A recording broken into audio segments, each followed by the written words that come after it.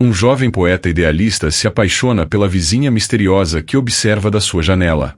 O que começa como um idílio romântico sob as flores de abril se transforma em uma teia perigosa de mentiras e obsessão. Quando decide enfrentar todos os obstáculos por esse amor, ele descobre que a realidade pode ser muito mais complicada do que seus delírios. Uma história sobre as perigosas fronteiras entre paixão e ilusão, baseada no conto clássico de Aloísio Azevedo. Aos 20 anos, começa assim. Abri minha janela sobre a chácara. Um bom cheiro de resedais e laranjeiras entrou-me pelo quarto, de camaradagem com o sol, tão confundidos que parecia que era o sol que estava recendendo daquele modo. Vinham ébrios de abril. Os canteiros riam pela boca vermelha das rosas, as verduras cantavam, e a república das asas papeava, saltitando, em conflito com a república das folhas. Borboletas doidejavam, como pétalas vivas de flores animadas que se desprendessem da haste. Tomei a minha xícara de café quente, disposto à leitura dos jornais do dia. Mas, ao levantar os olhos para certo lado da vizinhança, dei com os de alguém que me fitava. Fiz com a cabeça um cumprimento quase involuntário, e fui deste bem pago, porque recebi outro com os juros de um sorriso, ou porque aquele sorriso era fresco e perfumado como a manhã daquele abril, ou porque aquela manhã era alegre e animadora como o sorriso que desabotoou nos lábios da minha vizinha. O certo foi que, neste dia, escrevi os meus melhores versos e no seguinte conversei a respeito destes com a pessoa que os inspirou. Chamava-se Esther, e era bonita. Delgada sem ser magra, morena, sem ser trigueira, afável, sem ser vulgar, uns olhos que falavam todos os caprichosos dialetos da ternura, uma boquinha que era um beijo feito de 2 pétalas, uns dentes melhores que as joias mais valiosas de Golconda, cabelos mais lindos do que aqueles com que Eva escondeu o seu primeiro pudor no paraíso. Fiquei fascinado. Esther enleou-me todo nas teias da sua formosura, penetrando-me até ao fundo da alma com os irresistíveis tentáculos dos seus 19 anos. Desde então conversamos todos os dias, de janela contra janela. Disse-me que era solteira, e eu jurei que seríamos um do outro. Perguntei-lhe uma vez se me amava, e ela, sorrindo, atirou-me com um bogari que nesse momento trazia pendente dos lábios. Aí! Sonhei com a minha Esther, bonita e pura, noites e noites seguidas. Idealizei toda uma existência de felicidade ao lado daquela meiga criatura adorável, até que um dia, já não podendo resistir ao desejo de vê-la mais de perto, aproveitei-me de uma casa sua contígua, que estava para alugar, e consegui, galgando o muro do terraço, cair-lhe aos pés, humilde e apaixonado. Ui! Que veio o senhor fazer aqui?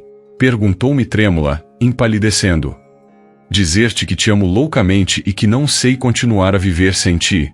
Suplicar-te que me apresente a que devo pedir a tua mão, e que marques um dia para o casamento, ou então que me deixe aqui noites ao frio e à fome até que a linha dourada da vida se rompa e minha alma veigue sem rumo. Ela, em vez de responder, tratou de tirar-se do meu alcance e fugiu para a porta do terraço. Então, nada respondes? Inquiri no fim de alguns instantes. Vá-se embora, criatura. Não me amas? Não digo que não, ao contrário, o senhor é o primeiro rapaz de quem eu gosto, mas vá-se embora, por amor de Deus. Quem dispõe de tua mão? Quem dispõe de mim é meu tutor. Onde está ele?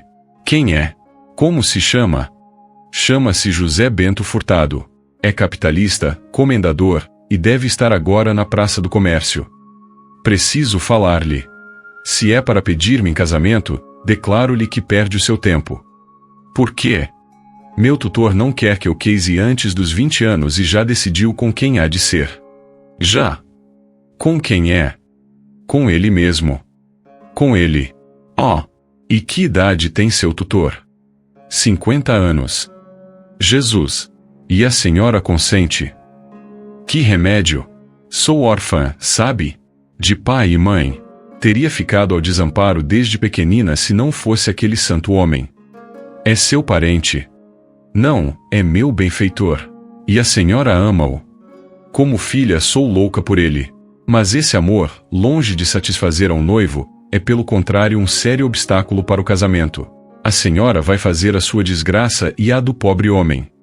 Ora, o outro amor virá depois. Duvido. Virá a força de dedicação por parte dele e de reconhecimento por minha parte. Acho tudo isso imoral e ridículo, permita que lhe o diga. Não estamos de acordo.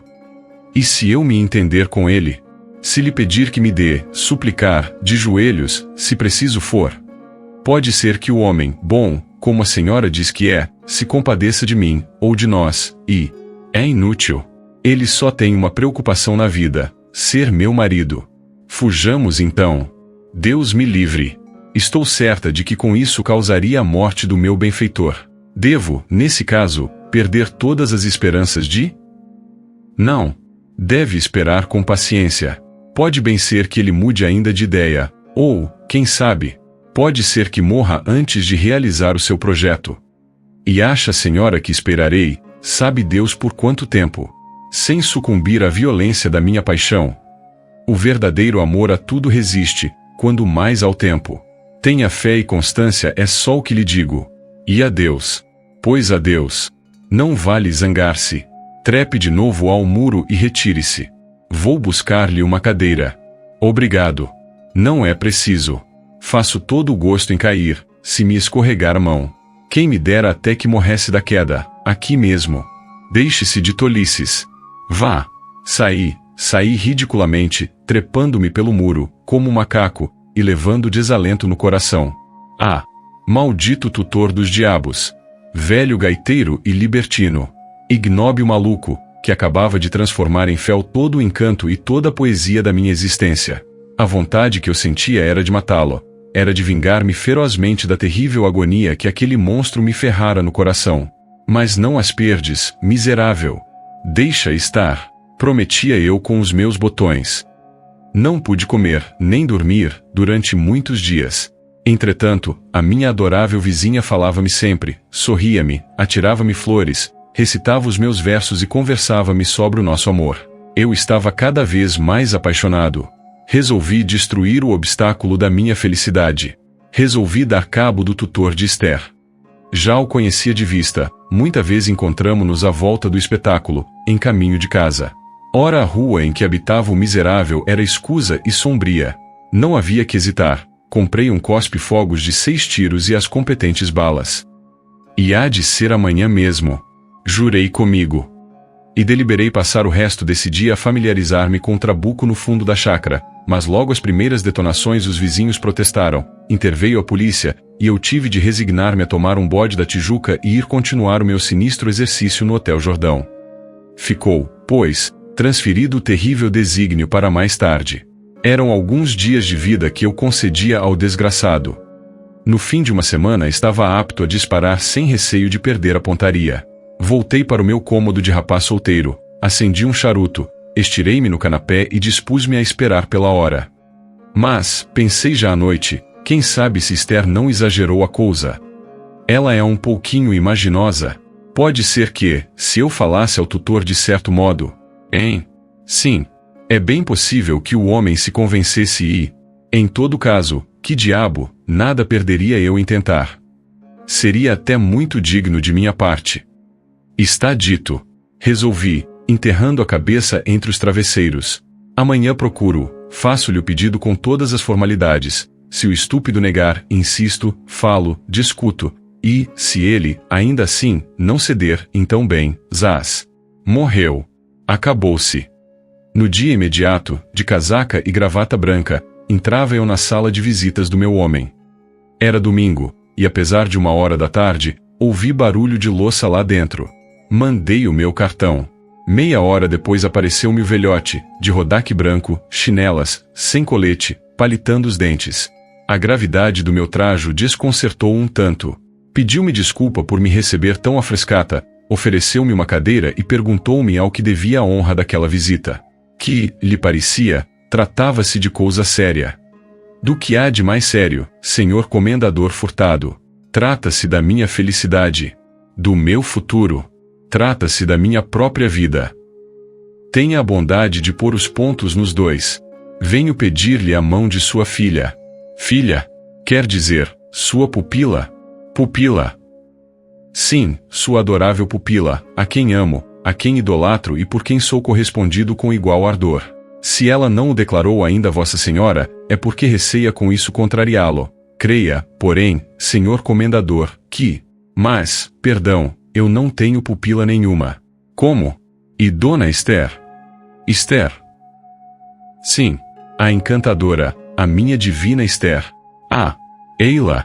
É essa que aí chega! Exclamei, vendo que a minha estremecida vizinha surgiu na saleta contígua. Esta? Balbuciou o comendador, quando ela entrou na sala, mas está é minha mulher. Fim.